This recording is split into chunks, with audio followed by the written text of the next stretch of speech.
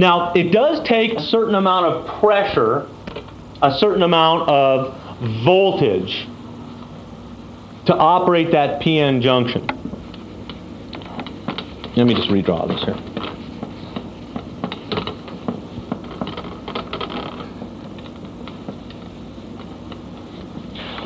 Let's go back to our original circuit here.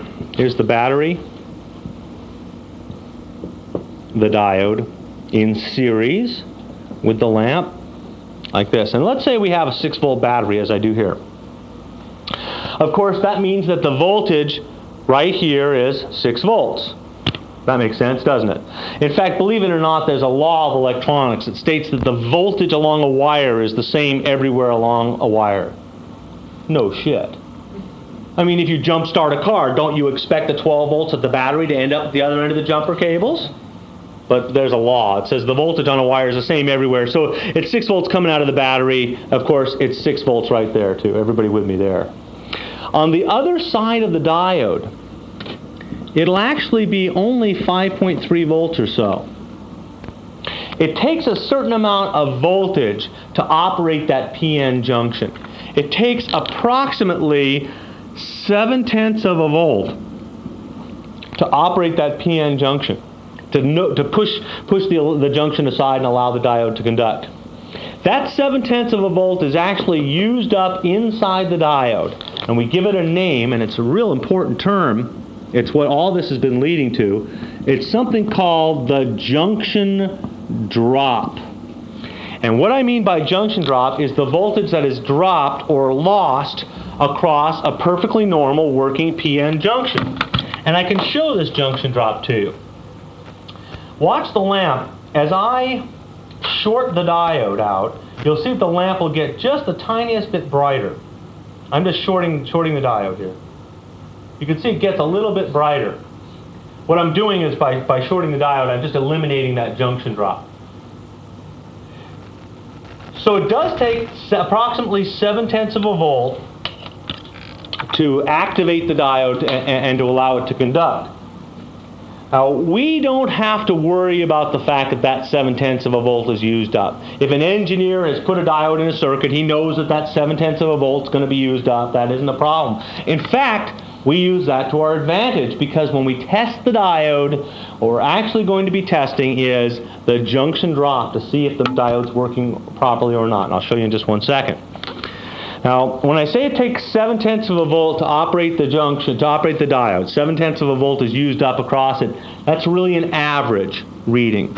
It will be somewhere between, usually, 0.5, a half a volt, to 0.9 of a volt. Obviously, 0.7 is exactly right in between. 0.7 of a volt is the term the engineers use when they're talking about what we call the junction drop of a silicon diode, 0.7. But it'll be somewhere between 0.5 and 0.9, depending on the size of the part. A bigger part, physically a larger part, will have a lower junction drop than a smaller part. The smaller the part is, the physically smaller it is, the higher that junction drop will be. Now, let me show you what the hell I'm talking about here. Because here's how you test the diode. Your meter should have a diode test setting on it. Your meter should have a diode test range on it. If your meter does not have this little diode test setting on it, you need to get another meter. I'm serious. You need to get a meter that has this test on it. It's the single most important thing that you can have on your meter.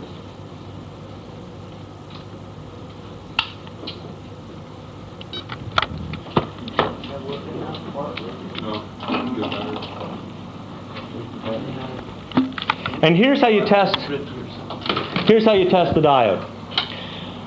With the meter set on the diode test range, and you can touch your fingers to the meter leads, no problem with this test. With the black meter lead with the red lead on the anode and the black lead on the cathode, your meter should show you a junction drop. And from now on, for the rest of my life, when I say junction drop, I'm saying something between 0.5 and 0.9, usually. Now, if your meter says something else, if it says something a little lower than 0.5, that's probably okay. Fluke meters have a tendency to show a little bit lower than 0.5. In this case, the meter says 0.586. When I reverse the diode, the meter says open, OL, like I'm not touching anything at all. Well, obviously, if I get a reading one direction and nothing the other, the diode's working like a one-way gate, isn't it? I'm getting something one direction, and I don't care what it is even, and I'm getting nothing the other direction, the diode's working like a one-way gate.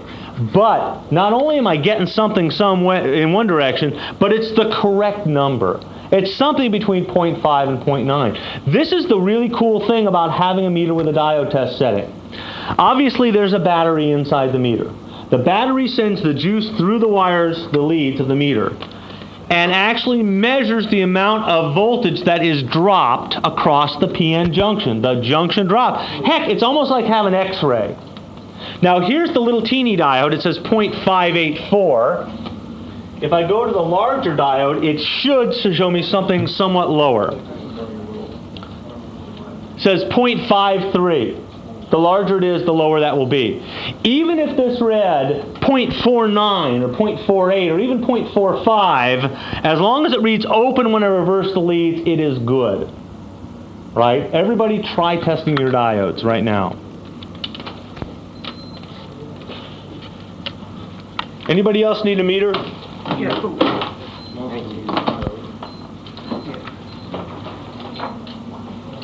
The larger one reads less. The larger one should read less. Here's a bad diode. Meter set on the diode test setting. First of all, my meter beeps at me, and the meter says 0.000 right now. Let me just zoom in here for the folks at home. Right now, I'm not faking you out. I'm not touching my leads together. 0.000, and of course it reads the same both ways. What's wrong with this diode? No, it's shorted. It's the opposite of open. Look, if you touch your two meter leads together, do it right now. Look at this. Touch your leads together.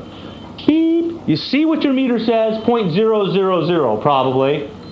That's what diodes do when they fail. 999 times out of 100, when a diode goes bad, it is dead short. That's why it's so easy to find these things in circuit even. When a diode goes bad, even if it's in circuit, it's usually no question about it. It is dead short. And of course it's shorted both directions. If you look at page R5, we see all these different rectifiers, diodes, rectifiers. Let's take a look at the two diodes that you have. Let's take a look at the small one first. What is the part number on that the smaller of the two diodes? 1N4004. Right. It's a 1 and not an I. It's a 1N4004. A very common part. I think almost everybody's familiar with the part. We use it all over the place in games. Very common part. The 1, by the way, the first number 1, happens to indicate, you don't have to know this, the number of PN junctions in the device. The number of PN junctions. You'll see the diodes start with the number 1. Later on, we'll look at transistors. They have 2 PN junctions. They start with the number 2 very often. Can you get that for me? Thanks. All right. Well, diodes have two different specifications. Like all of our components have different specs. Diodes have two different specifications. One is the voltage rating of the diode. The voltage rating of the diode is the maximum amount of voltage that the diode can block. It's the maximum amount of voltage that the diode can block. In other words, remember, half the time the diode's going to be conducting and half the time it isn't. When it's not conducting, it's blocking the voltage, blocking the current flow, I should say. How much pressure can it handle? How much voltage can it handle? The voltage rating of a diode, though, is not, it doesn't say diode voltage or anything like that. If you go to a store to get a diode. It doesn't say, hey man, I'm a 400 volt diode or whatever. The voltage rating of a diode is listed as the diode's peak reverse voltage. Peak reverse voltage, or PRV for short. When a diode is reversed, it's blocking. That's what reverse means. The hotshots refer to this as a reverse bias. You don't have to know that. When a diode is off, they call it reverse biased. You don't have to know that. But this is the peak, the maximum amount of voltage that the diode can block when it's trying to go the wrong direction. In other words, if the current's trying to go through this direction, the diode's going, stay away, block, block, block. I can handle, let's say it's a 100 volt diode. I can block 50 volts, I can block 75, I'm blocking 100, I'm blocking 100. But you put 200 volts on it, it's going to blow it away. The pressure's just going to blow it away. So, the voltage rating of a diode is the maximum it can block, also referred to as the peak inverse voltage. Means exactly the same thing. It'll either be PRV or PIV. Means exactly the same thing. It's simply the voltage rating of the diode. And the other rating of a diode, the voltage rating of a diode is just like the voltage rating of a capacitor. It's the maximum amount that it can handle. It's not how much it puts out, it's the maximum it can handle. The second rating for a diode is the current rating. The current rating is the maximum amount of current that the diode can pass through itself. In other words, when the diode is conducting and current's going through it in the proper direction, how much current can the thing handle? Can it handle 1 amp? Can it handle 2 amps? Can it handle 3 amps? Can it handle 4 amps?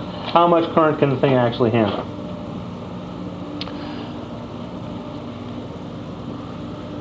Well, believe it or not, we use the letter I to denote current.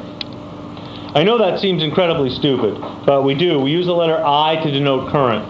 And the reason that we use the letter I to denote current is that early pioneers in electricity, early engineers, thought of current as intensity. That is, the more current they had going through the circuit, the more intense the spark was, the more intense the shock was when they touched it and shocked the shit out of themselves, the more intense whatever it was. So although you would think we would use the letter C for current, we don't. I means current. And the current rating of a diode is listed as I with a little O underneath it. I sub O is what they would say. This little letter is what's commonly called a subscript. And they use this in technical jazz all the time. A subscript, the subscript just further describes what we mean by the big letter. In other words, I means current. Well, what kind of current, wise guy? Well, output current is what that means. The output current. And the diode, the output of a diode is called I sub O, the output current rating of the diode. And that is the maximum amount of current it can pass through itself. All right, well, let's look this up. If you look on page R5, and you look down this far left-hand column here, 1N400 series, the 400 series, what is the voltage rating of the 1N4004? Sure, 400 volts. Meaning that I can use this in any circuit up to 400 volts. What's the current rating? Look at the top of the page. You see where it says I sub O, average rectified forward current in amperes. What's the current rating? 1 amp. So this is a 400 volt, 1 amp diode, meaning it can be used in any circuit up to 400 volts, any circuit up to 1 amp. Let's take a look at the other diode, the big diode I gave you. What's the part number on that thing? 1N5404, correcto. 1N, and again, it is a 1 and not an I, 5404. What's the voltage rating of this guy? It's also 400 volts, and the current rating? 3 amps.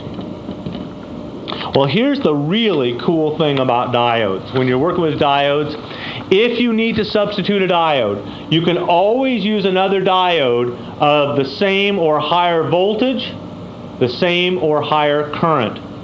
You can always go up in voltage rating. You can always go up in current rating. For example, another common part that you might see, another common diode that you might see in many different places is a 1N4001. What's the voltage rating of that guy? That's only a 50 volt diode, isn't it? If I have a 1N4001 and it's bad, I can use a 1N4004 as a substitution. No problem. What I'm saying to you is, you get to a location, you find a bad diode because it's shorted. You look at the number, it's a 1N4001. Shit, all I got is 1N4004s, and I got to go to Radio Shack. Well, you don't. You can use the 4004. You can go as high as you want. In fact, if you look on the list, 1N4007s, those are 1,000 volt diodes. Those are pretty common, easy to get diodes. And in fact, the place I usually get my diodes from, they're the same price as the 4004s. And so very often I'll buy 4007s because I can use them for anything, can't I? Up to 1,000 volts. So, again, my point is, if you have a diode, it's only a 50 or 100 volt diode or something, and you've got a 400 volt diode, you can use that as a substitute. And you can also go up in current rating. As long as the voltage is adequate, you can go up in current rating as well. So for instance, if I have a 1N4004 and it's bad, can I use the 5404 as a substitute? Absolutely. Only problem, look at the size of the leads. You see how fat the wire leads are on the 3 amp diode, the 1N5404. The component leads are very, very fat, and you may not be able to get them in the hole. Rather than make a big hole in the board, if you ever have to do this, and I seriously doubt you will, but here's what I do. Here's the printed circuit board. Here's the old diode. Soldered. It's soldered under the board. And as Jeff said earlier, clip off those wires when they solder stuff in. What I do is I clip the body of the old diode out, leaving the wires sticking out like that. Then I mount my big, humongous, fat diode on here with the big fat wires, and just solder them on like that. Otherwise, you'll try to ream out the board and make a hole big enough for the diode, and it'll butcher the board. I've only had to do this like twice in 20 years, so I don't think you'll ever have to do it. But anyway, so you can always go up in voltage, you can always go up in current, or both, as high as you want. Okay, everybody cool on that? Diodes, there's no question at all about checking diodes. Like I said, most of the time you can test them in circuit. Generally, my philosophy regarding checking parts in circuit, that is, as they're mounted on the boards themselves, is that I always try checking everything in circuit. Try checking it in circuit first. If it seems like it's bad, you're going to take it out to replace it. When you get it out, double check it. When in doubt, pull it out. Basically, if you're checking a part in circuit and it checks a little weird, and you don't know what the hell's going on, unsolder it.